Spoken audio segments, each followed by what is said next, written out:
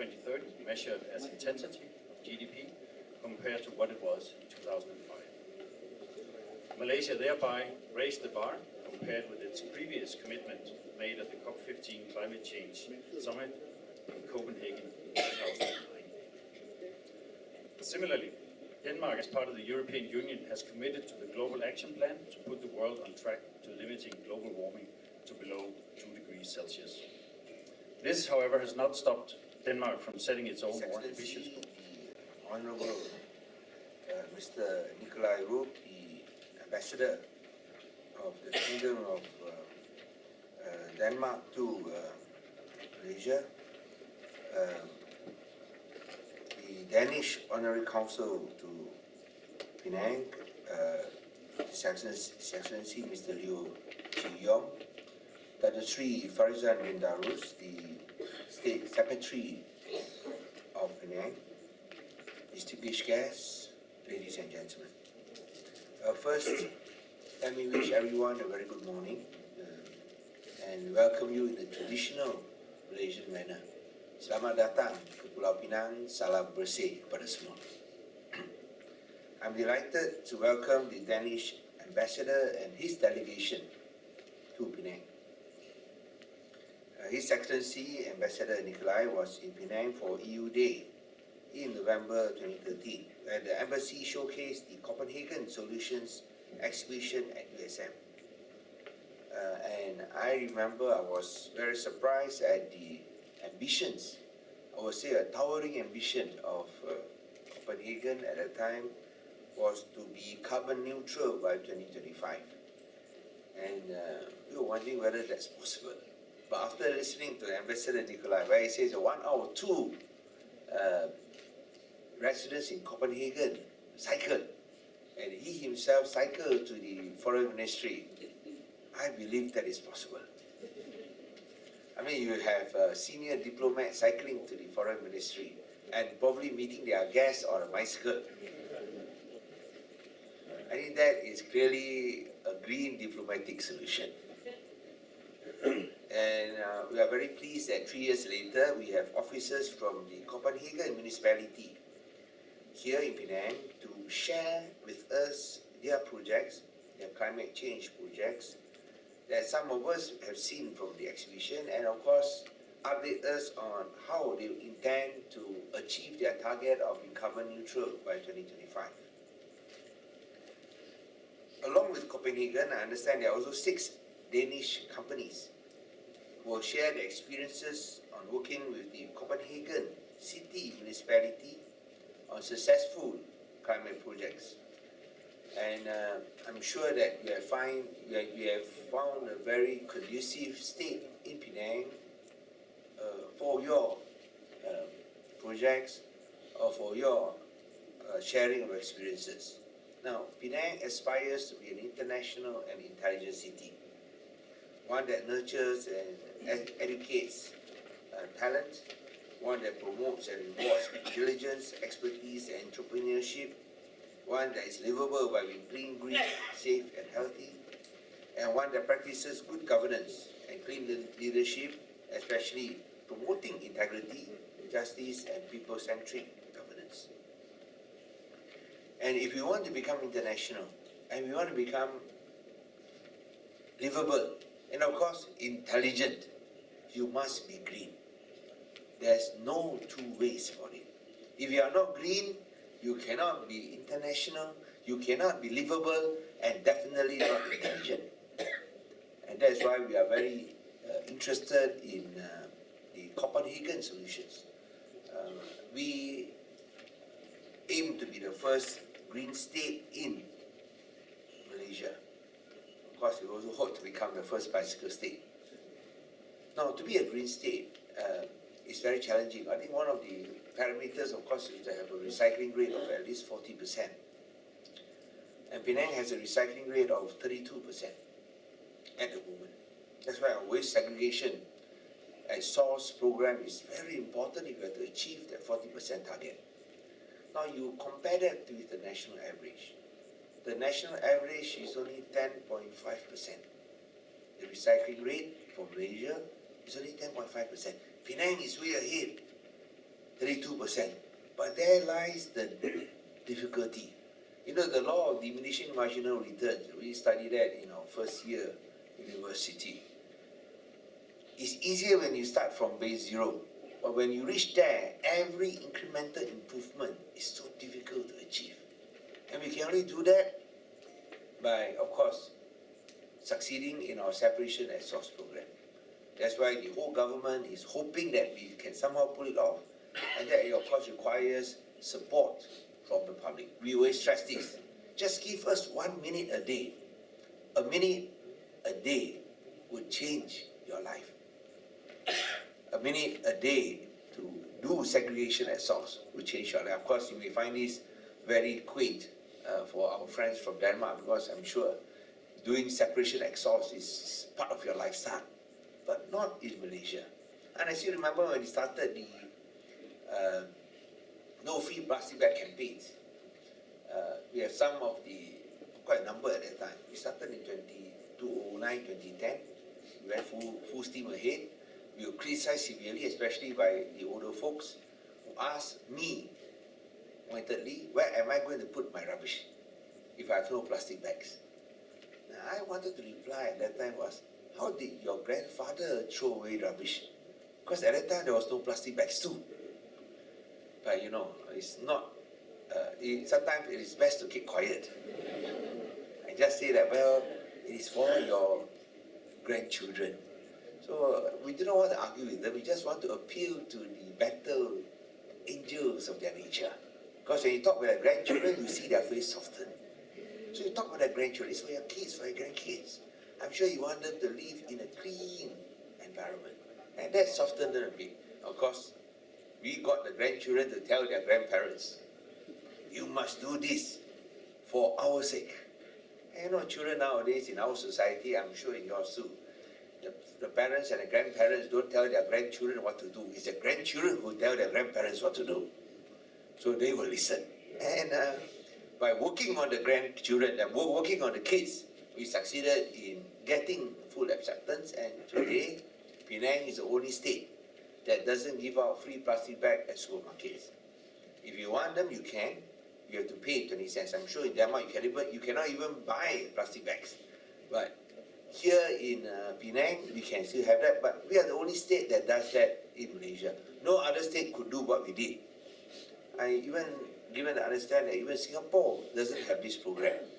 But we are the only state that succeeded in banning free plastic bags, polystyrene bags. But of course, it took a bit of time, and we have managed to reduce at least our carbon footprints. And that is, of course, a start towards becoming a green state. Apart from that, to become a green state, as I mentioned earlier, segregation at source. There are also other solutions: green buildings, resolving traffic congestion, building dedicated bicycle lanes. That's something that is very close to my heart, because when I was young, you know, coming from a lower middle income family, we cycled to school, rain or shine, and it was lots of fun, cycling to school. You enjoy that freedom, but you can't do that nowadays because the roads are too congested, and we need dedicated bicycle lanes.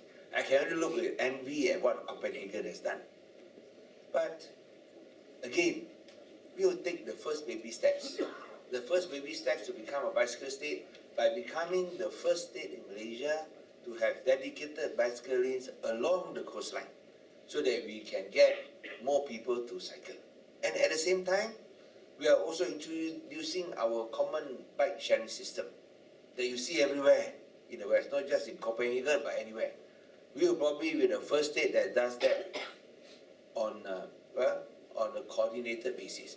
Hopefully, all the 26 points that have been identified will be up and running by next year. So next time, Ambassador Nikolai, you want to come to Penang, you can just get to the airport, and after that, get on your bike. Hopefully by then. And that's what we aim for, as I said, a better quality of life, if you are to become a green state. 32% to 40%, the only way to achieve that is separation at source, segregation at source. And if you, of course, if you can succeed in this program, I'm sure our recycling rate will soar way above 40%. Apart from that, there are also other initiatives. Car-free day every Sunday at Georgetown to try to give back public spaces, not to vehicles, but to people. You know, the new mode, the new thinking, of course, is ways to move people and not to move vehicles. But at the same time, we should also give public spaces to people, not to vehicles. And the most effective means is, of course, an efficient and effective public transport program. And we have introduced our transport master plan, where we hope to connect the entire state, not just on the island, but also on the mainland. And if we can get approval from the federal government, we can start work, which hopefully by 2030 will make Penang fully connected by rail, by road, through water taxis, and also by air, not aeroplanes, but cable cars, especially from the island to the mainland. So I think that is where we hope to have a holistic solution, a holistic Penang solution. And we will, of course, appreciate assistance and advice from the experts from Denmark, how to best achieve it. I've been to Scandinavia many years ago, and it's always been a lovely place. It has a special place in my heart. You know, it was very beautiful then, but I'm told by Ambassador Nikolai that it's even more transformed and lovely now. So I can imagine with all the bicycles and all the green features, especially even the harbour that you can swim, you can plunge in and swim in the harbour. So I can imagine it must be one of the most lovely cities in the world. But in Penang, we hope that we can try to emulate some of your solutions. I think this program is a very good, a very important step and beginning towards that. We are of course going to make mistakes along the way, but I believe that with your assistance and with your advice, I'm sure we will get there. The Penang State Government has not only introduced policy measures and initiatives, we also set up a Penang Green Council to enable and empower and enrich all stakeholders to practice sustainable development. In many respects, if you look at traffic congestion, for instance, or even flooding, I think sometimes when you talk about heavy rainfall, climate change has changed our perspective or our old thinking of the expected rainfall. What is seen as 10-year rainfall or 20-year rainfall has now been shortened. You would think that amount of rain should be 20-year rainfall, but that has now been shortened to 10-year rainfalls. And this is all due to climate change. What is seen as abnormal is now seen as normal. So the new normal, how do we adjust to the new normal? And that's why we have to continue to adapt and make the necessary changes. Because if you don't change, probably the old records in the 60s, 70s, 80s, or even the 90s are not relevant anymore. You have to have new references and background.